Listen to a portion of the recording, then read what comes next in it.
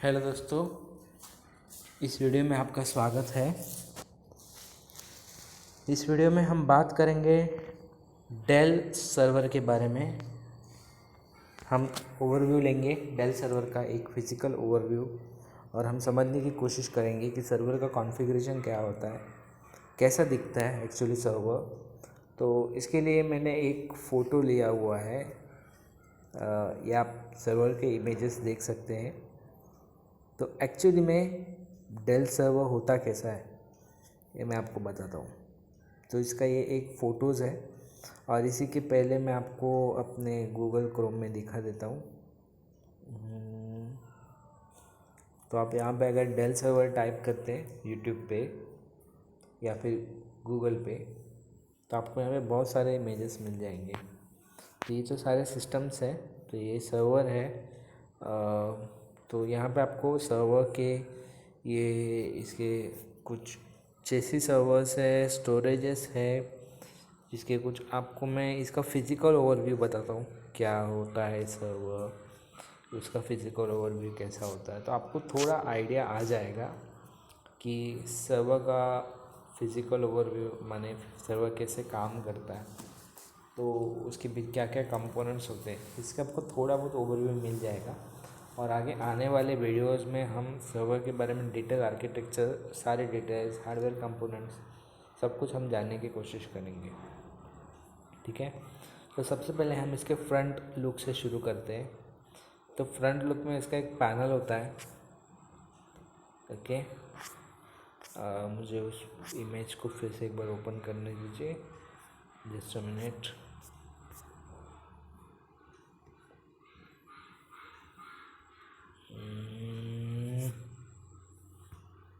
Let's go here. तो पहले हम फ्रंट एंड लुक से शुरू करते हैं।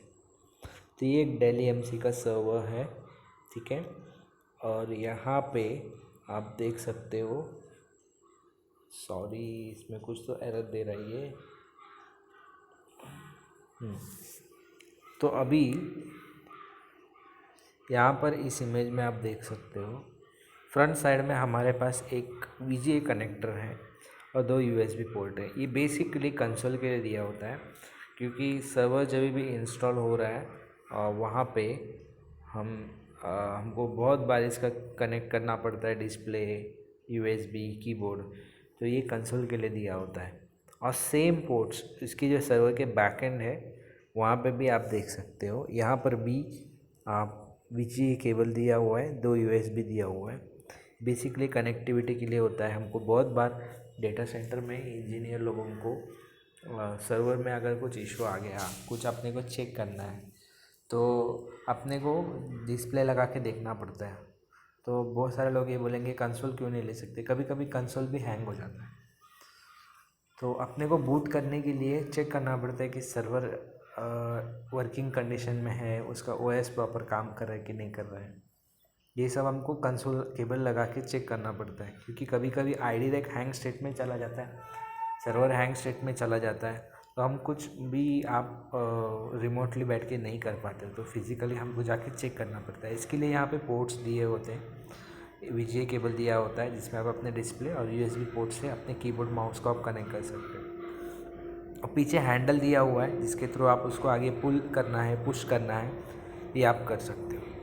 और इसके अंदर जो डेल EMC का लोगो है, इसके अंदर ये जो भी आप बॉक्सेस देख रहे हो, sorry for the background noise, इसमें हार्ड डिस्क लगे होते हैं, ठीक है। तो एक एक इंडिविजुअल हार्ड डिस्क होता है उसके अंदर, जिसको आप उसके अंदर एक ऊपर के साइड में क्लिप होता है, उसको आप एक पुश बटन के जैसा होता है क्लिप के अंदर, वो बटन को आप प्रेस करके हार्ड डिस्क को जैक इन जैक आउट कर सकते हो। समझो कोई हार्ड डिस्क ख़राब हो गया, तो जब भी ये सारे हार्ड डिस्क ओके कंडीशन में होते हैं, वर्किंग कंडीशन में होते हैं, उसके अंदर ग्रीन लाइट या येलो लाइट ग्लो कर रहा होता है। और जब भी उसमें कुछ फॉल्टी हो जाता है या वो हार्ड डिस्क ख़राब हो जाता है, एक हार्ड डिस्क ख़राब हो जाता है, तभी उसमें येलो या फिर रेड लाइट ब्लिंक करने लगता है।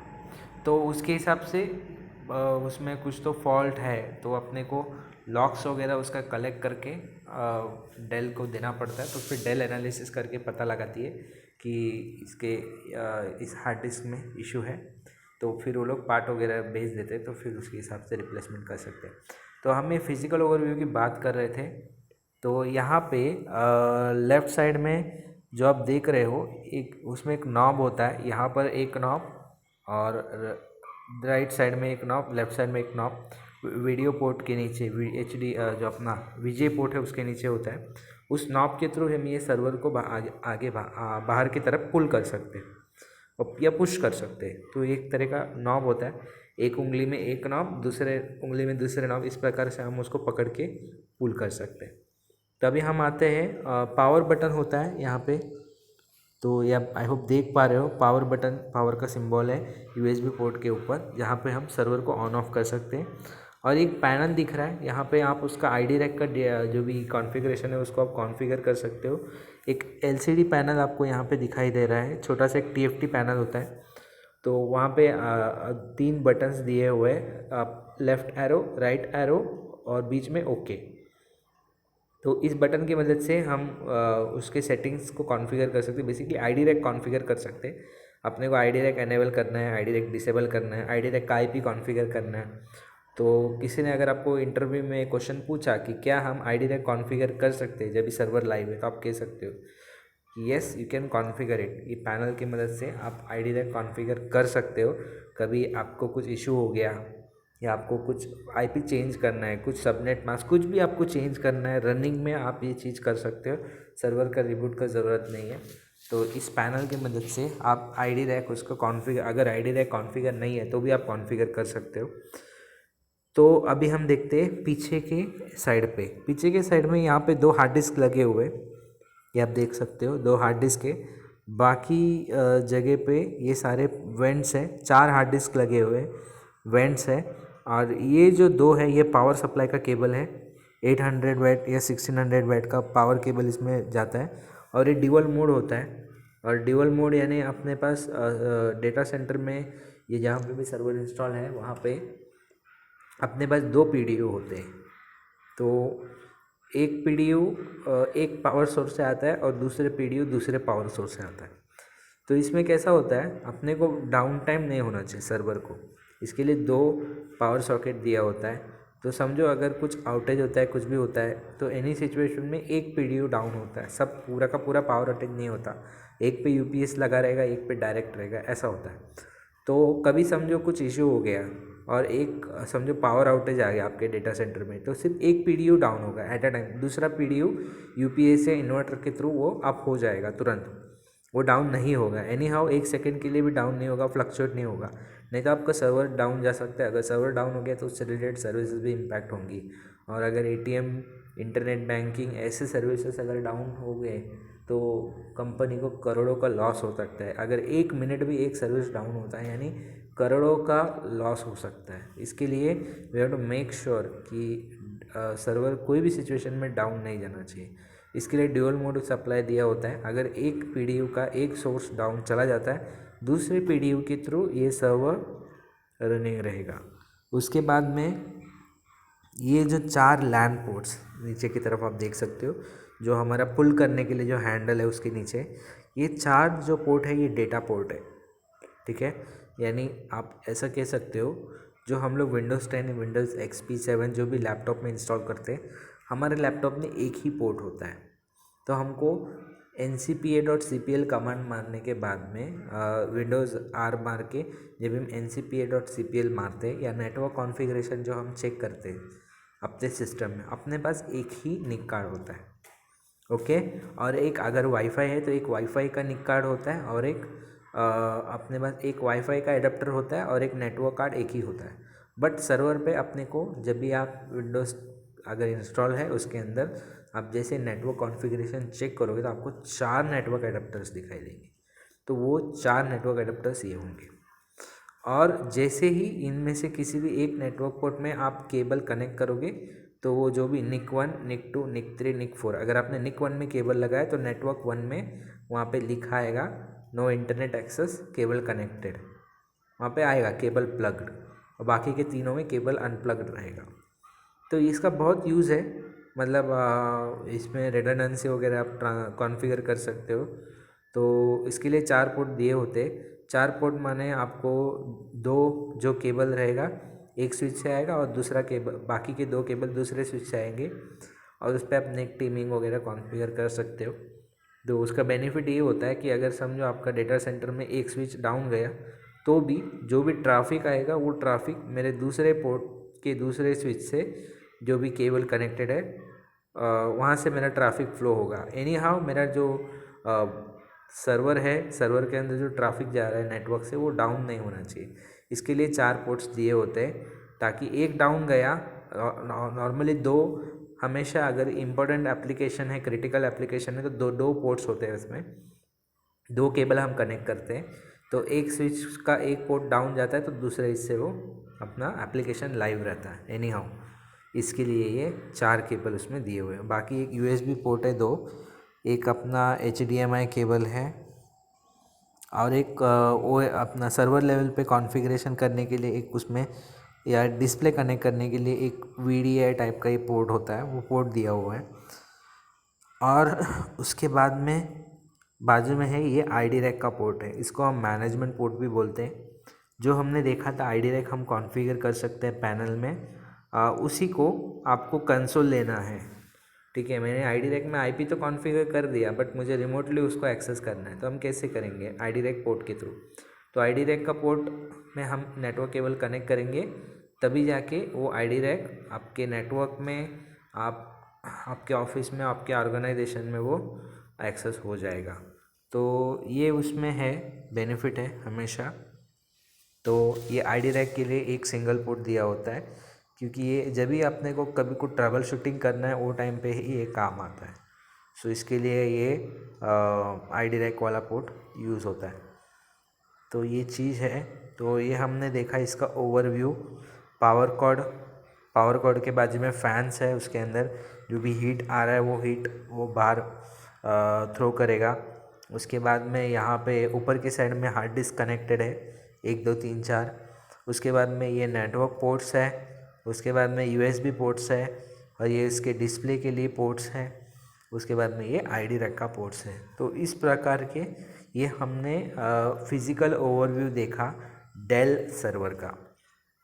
तो आई होप आपको थोड़ा बहुत आइडिया आ गया होगा कि कैसे एक सर्वर काम करता है। तो ये हमारे डेटा सेंटर इंजीनियर का काम होता है कि सर्वर नया आता है, सर्वर इंस्टॉल करेंगे, सर्वर इंस्टॉल करके उसको पावर सप्लाई वगैरह करके उसको पावर ऑन कर देंगे। पावर ऑन करने के बाद में OS इंस्टॉलेशन का एक प्रोसीजर होता है, रेड सब, उसके पहले रेड कॉन्फ़िगर करना होता है क्योंकि इतने सारे हार्ड डिस्क हैं। तो ऑब्वियसली कैसा होता है, इतने सारे हार्ड डिस्क है, नॉर्मली एक हार्ड डिस्क, 2 हार्ड डिस्क कुछ समय बाद फॉल्टी आ जाता है उसमें। तो अगर उसमें यूज़र का डेटा है तो वो डेटा तो चला गया। इसके लिए हम लोग रेड कॉन्फ़िगर करते हैं, रेड 5, रेड 10। तो एक रिडंडेंसी रहता है उसमें कि अगर आपका 2 डिस्क गया एट अ टाइम तो भी जो यूज़र का डेटा है वो लॉस नहीं होता। तो ये रेड क्या है, ये आप वीडियोस देख सकते हैं, डिटेल में आपको समझ में आएगा। Red 0, red 1, red 5, red 10। सो इस प्रकार से हमको सबसे पहले रेड कॉन्फ़िगर करना होता है सर्वर पे। तो रेड कॉन्फ़िगर करने के बाद में जो भी उसका कैपेसिटी है, सपोज सर्वर का 10 TB का स्टोरेज है, रेड कॉन्फ़िगर करने के बाद में वो हो जाएगा लगभग 6 TB 5 TB, जो भी रेड आपने कॉन्फ़िगर किए उसके हिसाब से तो रेड हो जाता है। तो उतना स्पेस आपको अवेलेबल होता है। फिर उसमें हम OS इंस्टॉलेशन करते हैं, जो भी रिक्वायरमेंट होता है। अपने को विंडोज़ चाहिए, लिनक्स चाहिए, उबंटू चाहिए, AIX चाहिए, जो भी कस्टमर का रिक्वायरमेंट होता है उसके हिसाब से OS इंस्टॉलेशन करके उसको हम नेटवर्क IP वगैरह असाइन करके नेटवर्क में ला के सर्वर को डोमेन वगैरह ज्वाइन करा के we hand over it to the application team. फिर एप्लीकेशन टीम उसमें एप्लीकेशन इंस्टॉल करती है। तो अगर आपके सारे आपने पोर्ट्स पे प्रॉपर अपने केबल कनेक्ट किया हुआ है, सब कुछ प्रॉपर है, तो फिर वो प्रोडक्शन में आ जाता है। फिर वो एप्लीकेशन सर्वर के थ्रू लाइव हो जाता है। तो इस प्रकार ये सब काम होता है। और हम लोग जो भी सर्विसेज यूज़ कर रहे हैं वो किसी ना किसी तरीके से कोई ना कोई सर्वर पे होस्टेड है। ऐसे ही फिज़िकल सर्वर डेल हो सकता है, सिस्को हो सकता है, HP हो सकता है, न्यूटेनिक्स का हो सकता है। लेनोवो का हो सकता है, कोई भी, मतलब नॉर्मली सारे सर्वर्स के सेम ही ओवरव्यू होते हैं, थोड़ा 19-20 का डिफरेंस रहता है। कंपनी है तो कंपनी अपने हिसाब से कुछ ना कुछ चेंजेस देती है। तो जैसा कि अभी हम लोग यहाँ पे जो मैनेजमेंट केबल है उसको हम आई डी रैक बोलते हैं, अगर एच पी है तो उसको हम आई एल ओ बोलते हैं, ठीक है। वही अगर सिस्को है तो उसको के वी एम मैनेजर बोलते हैं, सिस्को मैनेजमेंट कंसोल बोलते हैं। तो वैसा हर एक सर्वर पे थोड़ा थोड़ा डिफरेंस होता है, बट सबका फंडा एक ही है। तो ये जो ओवरव्यू मैंने आपको बताया ये सब कुछ वैसा ही रहेगा। कुछ पोर्ट्स अलग हो सकते हैं, सिस्को के थोड़े पोर्ट्स अलग होते हैं जिसे हम डिस्प्ले वगैरह कनेक्ट करते हैं, मैनेजमेंट के कंसोल के लिए जो लगाते हैं, थोड़ा पोर्ट्स डिफरेंस रहता है, बट जो इसका फंडा है वो ऑलमोस्ट सारे सर्वर पे सेम रहता है। तो इस वीडियो में हमने देखा फिज़िकल ओवरव्यू सर्वर का, हमने जानने की कोशिश की कि किस प्रकार ये सारी जो भी पोर्ट्स है वो हमको हेल्प करते एक एप्लीकेशन होस्ट करने के लिए, किस प्रकार सब फ्लो होता है, डेटा फ्लो होता है, तो ट्रैफिक कैसे फ़्लो होता है। फिज़िकल ओवरव्यू में हमने कौन से पोर्ट्स हम लोग यूज़ करते हैं, क्यों यूज़ करते हैं, ये सब चीज़ें हमने जानने की कोशिश की। मुझे उम्मीद है ये वीडियो आपको पसंद आया होगा। आप इस वीडियो को लाइक कीजिएगा, शेयर कीजिएगा, अपने दोस्तों के साथ इस इन्फॉर्मेशन को शेयर कीजिए, ताकि अगर आप अभी कॉलेज में जा रहे हो, आप एक कंप्यूटर इंजीनियरिंग की पढ़ाई कर रहे हो या बीएससी, कोई भी डिग्री की अगर आप पढ़ाई कर रहे हो, तो आप जानना चाहते हो सर्वर के बारे में, कंप्यूटर के बारे में, तो ये नॉलेज आप अपने दोस्तों के साथ शेयर कर सकते हो। आप खुद भी इस नॉलेज को गेन कर सकते हो कि जब भी आप बाद में फ्यूचर में इंटरव्यू के लिए जाएंगे, डेफिनेटली आपके लिए कहीं ना कहीं हेल्पफुल रहेगा कि हाँ मुझे ये चीज़ पता है, ये चीज़ पता है, क्योंकि इंटरव्यू में ऐसे ही क्वेश्चंस पूछे जाते हैं। अगर आप सर्वर इंजीनियर बनना चाहते हैं तो डेफिनेटली आपके लिए हेल्पफुल रहेगा। तो thank you for watching this video.